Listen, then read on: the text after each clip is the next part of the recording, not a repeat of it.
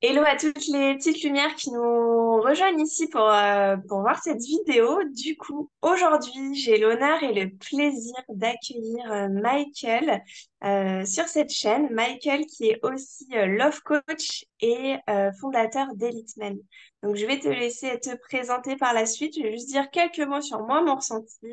Euh, je suis très heureuse de t'accueillir ici parce que euh, je te trouve posé, confiant et je trouve que tu incarnes bien les valeurs que tu partages dans tes vidéos.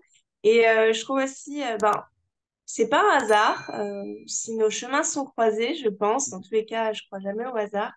Et on a un peu un parcours un petit peu similaire, notamment sur le fait que tu aies rencontré la femme de ta vie, bah, avec qui aussi tu as fondé une famille récemment.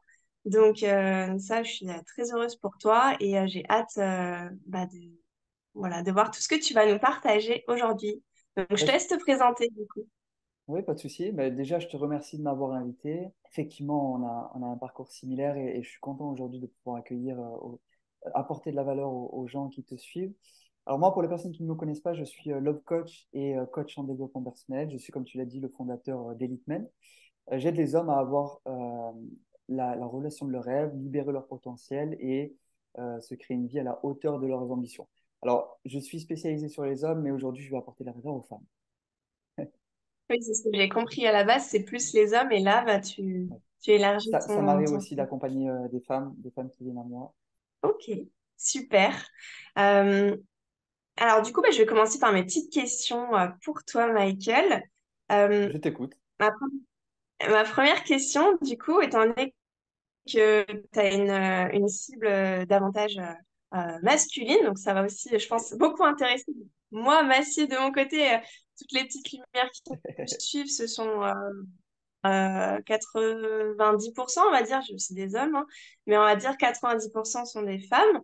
Euh, Qu'est-ce qui donne envie à un homme de s'engager selon toi? Alors pour moi, de mon côté, c'est vrai qu'il y a des différences un peu entre les hommes et les femmes. La différence un peu avec nous les hommes, c'est que pour s'engager, on a besoin déjà de voir que la personne a une belle énergie, pour que ça puisse, qu'on voit qu'elle a une énergie positive et que ça donne envie d'être avec cette personne. On est très visuel, nous les hommes. Mais il y a une partie de nous qui est plus inconsciente, qui peut nous faire tomber amoureux sans que nous, on comprenne pourquoi. Et c'est vrai, c'est si cette femme, si la femme en question euh, a déjà premièrement pris sa vie en main, est-ce qu'elle a des projets au quotidien, est-ce qu'elle elle fait quelque chose qui l'inspire, etc.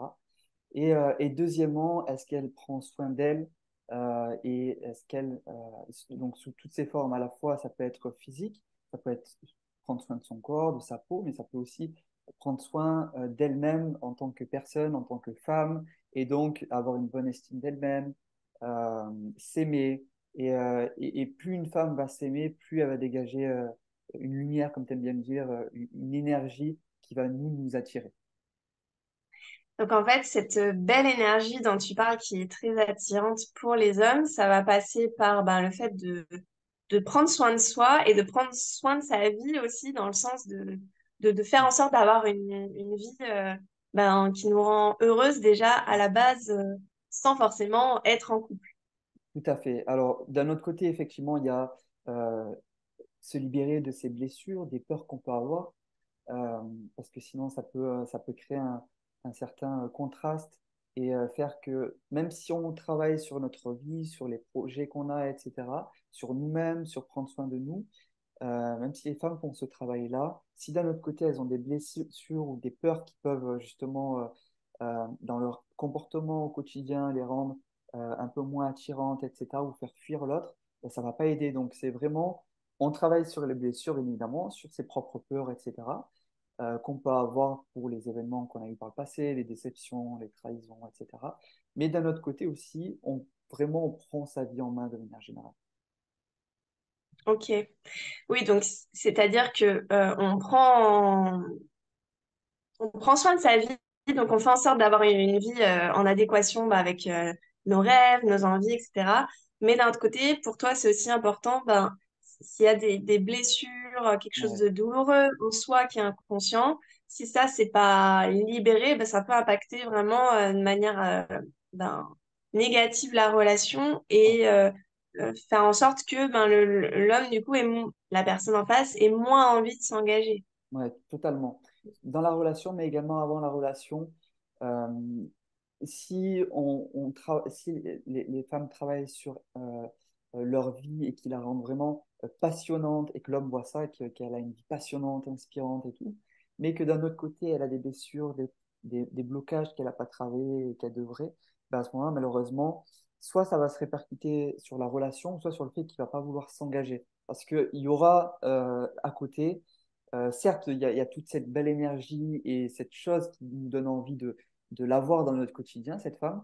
Mais d'un autre côté, il y a des comportements qui sont plus inconscients, reliés aux peurs, qui prennent le dessus et du coup qui nous donnent moins envie de nous engager.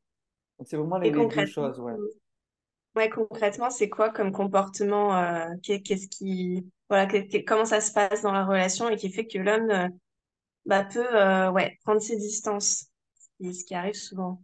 Bah, généralement, c'est souvent moi ce que je retrouve chez les femmes que je peux accompagner, les hommes aussi, c'est que la personne en face, comme elle a peur de perdre l'autre, de perdre ce partenaire parce que justement, c'est dans le début de relation. Et il y a toute cette excitation, il y a cette chimie qui est là, cette attraction entre les deux et cette magie quelque part des débuts de relation. Et malgré ça, donc au début ça passe, mais après, euh, comme cette femme a peur de perdre son partenaire, elle va se mettre à être beaucoup plus collante, à commencer à laisser ça de côté, ses passions, ses habitudes, ses loisirs, sa vie sociale, pour se concentrer sur cet homme-là, pour le garder justement, parce qu'elle se dit, j'ai réussi à le séduire, on est ensemble, je ne veux pas le perdre maintenant. Et en plus de ça, l'homme a une tendance, lorsqu'il a réussi à séduire cette femme, un peu se mettre tranquillement, se poser et se dire, c'est bon, c'est fait, j'ai ma femme chez moi, etc. Et du coup, il va plus tellement faire d'efforts à ce moment-là, ce qui est une habitude qu'on retrouve beaucoup plus chez les hommes. Et le souci, c'est que lui, d'un côté, il va la prendre pour acquis, cette femme. Et d'un autre côté, du coup, c'est ce qui va créer chez cette femme l'envie de faire des efforts parce qu'elle va se dire, euh, elle va voir qu'il en fait moins, elle va vouloir qu'il en fasse plus, et elle va commencer à se demander est-ce que je vais le perdre, pourquoi il est pourquoi il est de plus en plus distant, pourquoi il m'offre moins d'attention, etc. Et donc, à ce moment-là, les femmes peuvent rentrer dans une dépendance affective par peur de perdre cet homme et vont se mettre à avoir des comportements où ils sont plus collants, où on fait beaucoup plus d'efforts, on apporte beaucoup plus à l'autre. Et le souci, c'est que malheureusement, bah, ça va faire fuir cet homme-là. Oui, c'est ça que j'observe souvent, moi, de mon côté, bah, chez les femmes. Moi, j'ai vraiment voilà, le Ouais, côté, les femmes qui viennent à moi. Et encore une fois, on catégorise pas, c'est une ouais, tendance. oui, Bien tout sûr, à fait, ouais. ça peut aussi toucher les hommes et vice-versa. Oui, oui, Mais à partir du moment où, oui, il y a ce comportement-là, du coup, de l'autre côté, ben, c'est là où la personne elle va prendre de la distance encore plus et du coup bah, on va vouloir encore faire plus d'efforts, tout à fait, ouais. on va être encore plus dans l'attention, plus collant parce qu'on veut récupérer ce qu'on avait de si précieux dans les tout débuts, généralement les premières semaines et on va essayer en fait finalement en voulant être la meilleure version de soi-même, Mm. en voulant être la femme idéale, ben, on va en perdre totalement de notre saveur. En tout cas, moi, c'est comme ça Ouais. je l'observe. Qu'on va plus être soi-même, on va plus être authentique, Mm. on va perdre toute sa richesse à l'intérieur et du coup, bah, l'autre va le ressentir et va Ouais. perdre confiance. Ouais, tout à fait. Et le fait de perdre, comme tu as dit, cette authenticité, le fait d'être soi-même, mais aussi de perdre, certaines femmes se mettent à ne plus trop voir leurs amis, ne plus faire des soirées entre copines, prendre du temps avec leurs amis, leur famille, et elles se mettent à 100%, leur homme devient leur priorité. Et le problème, c'est qu'à ce moment-là, inconsciemment, on devient moins attirant. Du moment que, moi j'aime bien partager ça, c'est le fait que pour devenir précieux et vraiment attirant aux yeux d'un homme ou d'une femme, c'est exactement pareil. Euh, il faut qu'on évolue dans les 8 domaines de vie. Et du moment, donc le couple, la vie de famille, est-ce qu'on est heureux avec ses proches, est-ce qu'on a des gens qu'on aime autour de nous, est-ce qu'on s'entend bien avec eux, la vie sociale, est-ce qu'on on voit des amis, on sort de temps en temps, etc. On fait des soirées entre copines et tout. Sa vie professionnelle, est-ce qu'on fait quelque chose qui nous plaît? Et en fait, c'est tous ces 8 domaines de vie que plus on évolue, plus on va prendre en valeur aux yeux de l'autre et être attirante. Et donc, généralement, qu'est-ce qui se passe quand notre partenaire devient distant? Ben, on va se mettre à ne plus évoluer dans les 8 domaines de vie, mais bien juste se concentrer sur le couple. Parce qu'on se dit, c'est notre priorité, on veut tout simplement ne pas le perdre, et donc on va faire des efforts et mettre toute notre énergie sur ça. Sauf qu'en faisant ça, ben, on devient moins précieuse et moins attirante à ses yeux. Pas en tant que femme, bien Mm. évidemment, hein. Notre valeur, la valeur est toujours là parce que, comme tu me l'as déjà dit en off, nous sommes des êtres de lumière, nous naissons avec une valeur déjà immense, extraordinaire. Chaque homme et chaque femme a une valeur. Elle n'a pas besoin de la travailler pour se sentir bien et pour en prendre conscience. Par contre, pour que l'autre le voit, effectivement, ben, il faut garder cet équilibre dans tous les domaines de vie. Parce que sinon, si on se concentre que sur lui, sur cet homme, et qu'on met notre vie sociale, notre vie famille, etc. de côté, malheureusement, ou notre sport même de côté, mais malheureusement, on va moins l'attirer comparément au début de la relation où euh, il vous a vu, vous les femmes, toutes joyeuses, toutes lumière, toutes passionnées, avec une vie sociale, etc. Et d'un coup, ben, il y a plus tout ça. Et il y a juste vous qui êtes en train de faire des efforts. Et du coup, inconsciemment, on va être moins attiré. Mm. Ouais, c'est ça qui se passe la plupart du temps. Du coup, toi, tu observes que les hommes, par contre, eux, de leur côté, ont moins tendance à faire ça, c'est-à-dire qu'ils arrivent à rester plus ancrés et à garder davantage un équilibre sur ces 8 piliers dont tu parles. Alors, je dirais ça dépend vraiment de chaque homme parce que j'ai des hommes qui vont euh, facilement développer ces 8 domaines et être attirants aux yeux de leurs partenaires. Et du coup, quand ils vont être en relation avec elle, limite, ils vont un peu la prendre pour acquise et se dire c'est bon, c'est tranquille, c'est fait. Mais j'ai d'autres hommes qui, justement, des profils où ils sont généralement très gentils, c'est des hommes qui sont très serviables, ils aiment beaucoup donner à l'autre, ils aiment beaucoup rendre service et que la personne se sente bien, etc., et apporter beaucoup d'amour. Ce profil-là d'homme, généralement, va plutôt euh, faire, comme on l'a dit tout à l'heure, se concentrer sur la vie amoureuse, sur cette femme, et faire énormément d'efforts, alors que elle, de son côté, inconsciemment, ça va la pousser à faire moins d'efforts. Plus tu fais des efforts, alors ça a nuancé, ça dépend. Si c'est une relation sérieuse qui a plusieurs années, les deux peuvent faire autant d'efforts qu'ils veulent, ça fera juste grandir la relation et ça créera un lien plus fort. Par contre, en début de relation, lorsqu'on est dans la phase séduction, là, à ce moment-là, la personne qui fait trop d'efforts pour l'autre, qui en fait trop, qui est trop engagée, alors que l'autre, de son côté, en fait très peu et est assez distant, ben là, on va tomber dans un truc où de plus en plus, cet homme va faire des efforts. Il va croire que aussi, ça c'est une croyance qu'on a, nous les hommes, les femmes aussi, que plus on va donner en amour et plus du coup on va recevoir, ce qui est totalement faux. Et bien souvent, c'est moins on donne, plus on reçoit. Moins on donne d'efforts et d'amour en début de relation, et plus la personne va être attirée par nous, justement. C'est pas très juste, ça, quand même, hein. C'est pas juste, mais quand on comprend un peu ces dynamiques qu'il y a dans les relations, et surtout en début de relation, ben on peut du coup sortir de ce schéma où l'homme ou la femme donne beaucoup, l'autre est distant, je comprends pas pourquoi, je fais beaucoup d'efforts. Ça, c'est une valeur aussi qui est une croyance qui est véhiculée par Disney, par les films, la société, etc., du fait que euh, plus on va donner en amour et plus on va recevoir. Et c'est totalement faux, malheureusement.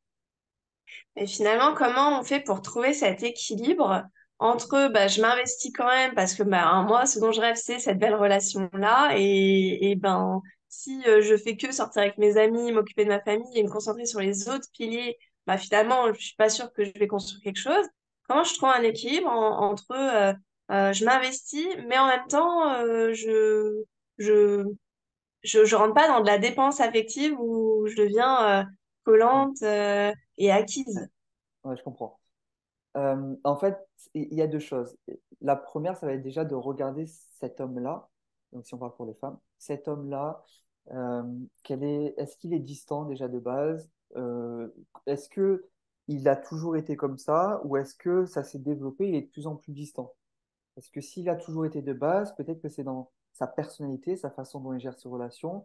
Si par contre il est de plus en plus distant, il apporte de moins en moins d'attention, d'amour, etc., c'est que il est en train de un peu prendre ses aises et qu'il va du coup falloir lui rappeler que tu peux partir à tout moment, que voilà, t'es pas acquise à ses yeux et que si il fait pas des efforts et qu'il n'est pas engagé, ben, clairement, qu'il peut te perdre. Ça, c'est la première chose. La deuxième chose, ça va être, donc la première chose, je répète, c'est d'identifier si cet homme a toujours été distant ou est-ce qu'il est devenu petit à petit. Et la deuxième chose, ça va être tout simplement d'avoir des objectifs dans ces différents domaines de vie et surtout un projet qui t'inspire, qui te passionne et qui te prend ton énergie. Parce que sinon, si t'as pas de sens dans tes journées, que tu as un boulot mais tu n'aimes pas vraiment ce que tu fais, que c'est juste pour payer les factures, le loyer, etc., et qu'il y a rien qui t'inspire dans ça, tu n'as pas un projet qui te passionne, malheureusement, toute ton énergie va aller vers ta relation. Parce que c'est ce qui va t'apporter, surtout au début, le plus d'émotions positives, le plus de bonheur, c'est ce qui va te remplir. Donc, au final, tu vas te concentrer que sur ça, tandis que si tu as un projet à côté qui t'inspire tout autant, bah, du coup, il y aura cet équilibre qui se fera un peu naturellement. Hmm. C'est hyper intéressant ce que tu dis. C'est vrai que moi aussi, ça me parle. J'ai pu observer moi-même un changement, bah, déjà en travaillant sur moi de manière générale, moi à Ouais, l'époque, dans mes relations. Mais c'est vrai qu'à partir du moment où ben, j'ai eu ces fameux projets qui m'inspirent de me lancer à mon compte, où ça commençait à germer dans ma tête, ben, là, pouf, c'est clair que les relations à l'époque étaient beaucoup plus réciproques, entre guillemets, ou du moins, ouais, je semblais beaucoup plus attirante aux yeux de l'autre et mm, il se passait vraiment quelque chose de différent. Ouais. totalement. Dès qu'on a un projet à côté qui nous inspire déjà et que du coup, on n'est plus 100% focalisé sur cet homme, sur cette relation, on commence tout de suite à être beaucoup plus attirante, se sentir plus attirant, mais aussi mieux gérer nos sentiments, mieux gérer, peut-être si on était dépendant affectif, mieux gérer cette dépendance aussi. Parce qu'on va mieux quelque part équilibrer, même si on n'est pas dans le calcul, hein, ça se fait naturellement encore une fois,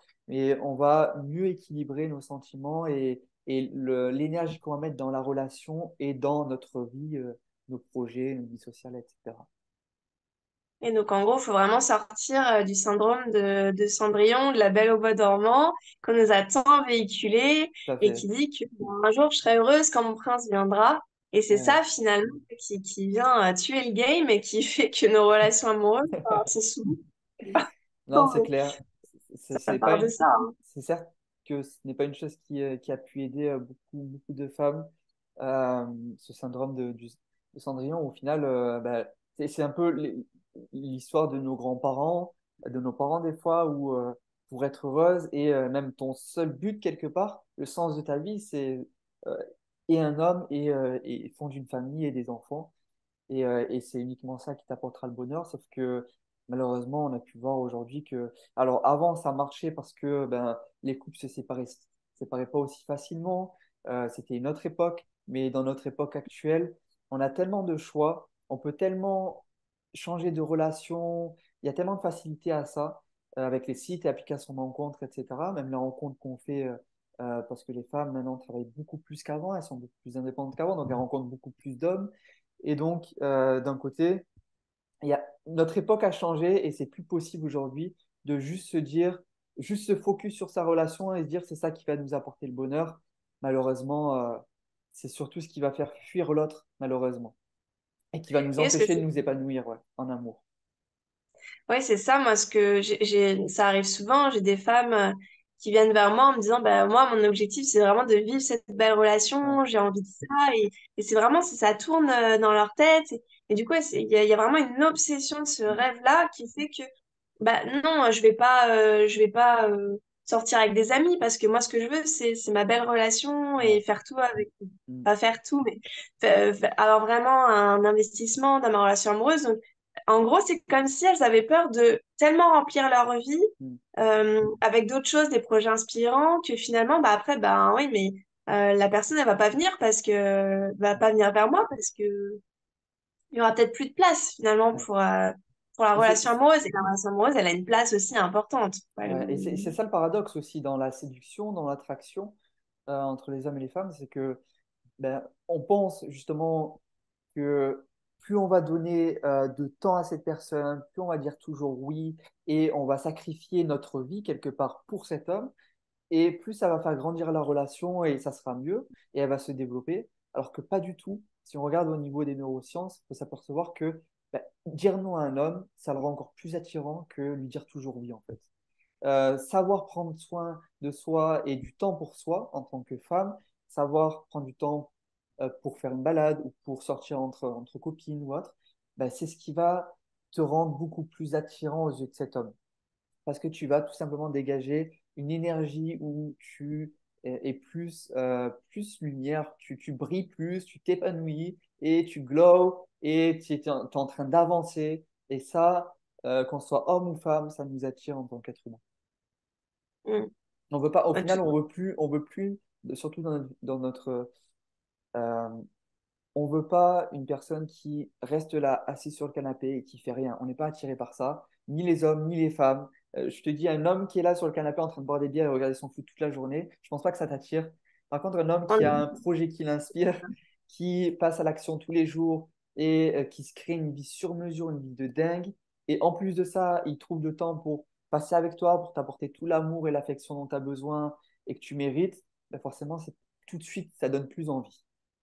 voilà, c'est ça. On a envie, bah, nous, de notre côté, en tant que femme, hein, je parle pour les femmes Ouais. générales, mais encore une fois, c'est moi, mon point de vue hein, là-dessus, c'est qu'on ouais, on a envie d'un homme qui prenne sa vie en main aussi, mais Mm. en même temps, qui nous laisse une place de choix dans Ouais, sa vie et qui tout à fasse fait. de nous aussi une priorité parmi ses autres priorités. C'est trouver un équilibre entre ça et pas aussi, moi, ce que j'observe, le, l'extrême opposé, c'est ben finalement je vais pas euh, je vais avoir ma vie de rêve et je vais me concentrer là-dessus et finalement bah, je vais pas faire de place non plus à mon partenaire quoi. Donc finalement c'est un équilibre. Qu'est-ce que t'en penses? Je suis d'accord avec toi.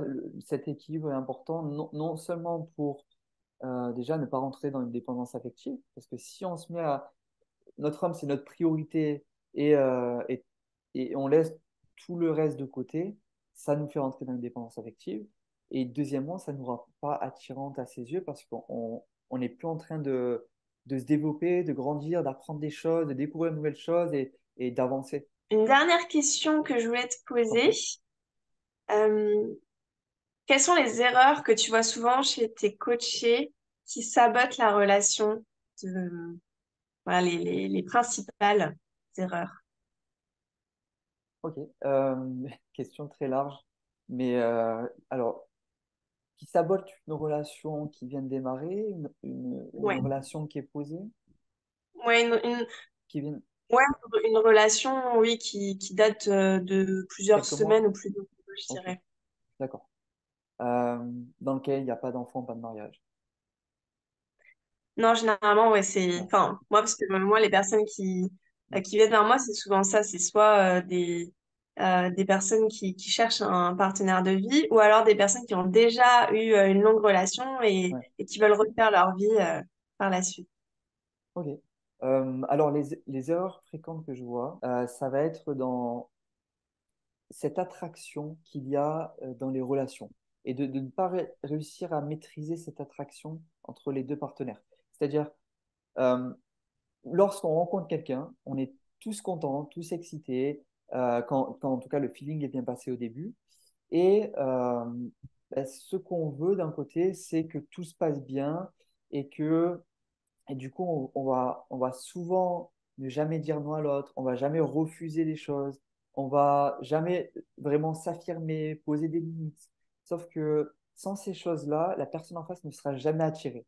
Si on pense, les personnes qui pensent que dire oui à tout et aller toujours dans le sens de cette personne et limite s'effacer un peu pour qu'elle elle puisse briller, euh, tout en s'oubliant. C'est ce qui vraiment détruit beaucoup de personnes, beaucoup de relations et les empêche que la relation aille plus loin au final et devienne mature. Moi, c'est ce que je remarque aussi chez mes coachés, c'est les hommes et les femmes qui ne gèrent pas bien cette attraction du début, qui va faire qu'à la fois, je vais gérer ma vie, à la fois, je vais gérer mes sentiments, et d'un autre côté, je vais savoir développer la relation sans m'oublier. Pas facile, parce que souvent, c'est quelque chose que j'observe énormément aussi. Chez mes coachés, les personnes qui viennent vers moi, c'est vraiment ça, c'est ce côté, ben, oui, mais je veux pas le déranger ou la Ouais, déranger. tout à fait. C'est ça. Je m'adapte. Oui, mais il ou elle prend pas d'initiative, du coup, ben, c'est moi qui les prends. Et du coup, on est un peu après englué dans ce schéma-là et c'est difficile d'en sortir. Et c'est ce qui fait au final créer, et c'est vraiment relié à nos blessures du passé, hein, ne pas réussir à dire non à cet homme, ne pas réussir à refuser un rendez-vous, ne pas réussir à lui dire non, là, je m'occupe, là, j'ai du temps pour moi, donc plus tard, ce que tu voulais qu'on fasse. Toutes ces choses, c'est très souvent relié à nos blessures du passé, nos expériences. Et c'est pour ça que c'est important de travailler dessus, parce que sinon, ça, peut-être ça se voit pas dès le début, mais ça ressurgit au bout de quelques semaines, quelques mois de relation. Et c'est dommage de perdre des fois des mois de relation et reproduire toujours la même erreur qui détruit la relation. Et moi, j'ai des personnes comme ça, des femmes qui euh, arrivent facilement à trouver un homme, mais et à faire des rencontres, mais au bout de quelques mois, à chaque fois, la relation ne dure pas. Elles ont du mal à faire durer leur relation. Et généralement, on s'aperçoit que c'est toujours la même blessure, mais qui a plusieurs impacts sur différents comportements. Et, euh, et donc, c'est super important de travailler sur ça pour s'en libérer et pouvoir vivre vraiment une relation qui va pouvoir durer tout simplement. Toi, ce que tu préconises dans ce cas-là, quand on a tendance à s'oublier avec la personne, à se suradapter, déjà, bah oui, comme tu dis, c'est travailler sur ses blessures. Ouais. Et concrètement, est-ce que tu as un ou deux conseils concrets à donner pour ben, nos petites lumières qui nous voient pour pouvoir sortir de ce schéma-là? La première chose que je dirais, ça serait, donc pour vraiment mettre en place rapidement ça, tout le monde peut le faire. Et si ce n'est pas déjà fait, c'est avoir un projet vraiment qui vous inspire et qui vous passionne, qui va faire que vous aurez des objectifs et que chaque journée, en fait, vous allez passer à l'action vers cet objectif. C'est ce qui va vraiment vous permettre déjà euh, de prendre du recul et de mieux gérer vos sentiments, de ne pas être à 100% dans cette relation et de pouvoir, quelque part, au début, avoir un certain contrôle sur vous-même, sur vos sentiments. Il faut vivre d'un côté la relation, il faut la vivre à fond. Moi, je suis partisan de ça. Je suis pas pour on contrôle parce que sinon, ça crée jamais de vraie connexion, de lien sincère. Mais d'un autre côté, en début de relation, il faut quand même savoir maîtriser un peu ses sentiments et tout en se donnant à fond aussi pour un projet et que ça prenne de la place. On- Il n'y a rien de négatif à se concentrer 100% sur un projet et travailler à fond dessus tant que tu as des conversations constructives avec cet homme, que tu passes du temps avec cet homme. Tu peux passer 1 heure avec cet homme, mais que les 10 autres heures soient sur ton objectif, sur ton projet.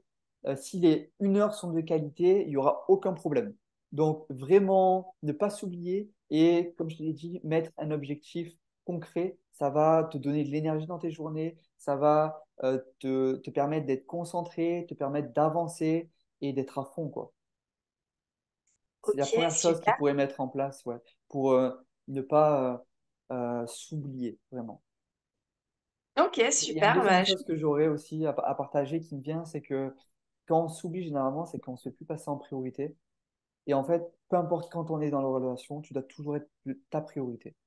C'est-à-dire que certains verront ça comme de l'égoïsme, ça n'en est pas du tout. C'est juste que c'est comme dans un avion. Un avion, on te dit d'abord tu mets ton masque pour respirer si jamais il y a un problème, et après tu mets celui de ta femme, ton mari, tes enfants. C'est pas pour rien, c'est parce que si toi tu ne t'aides pas, si toi tu n'es pas en possibilité déjà de rayonner, de briller, et que tu te sens pas bien, tu vas pas pouvoir aider l'autre partenaire.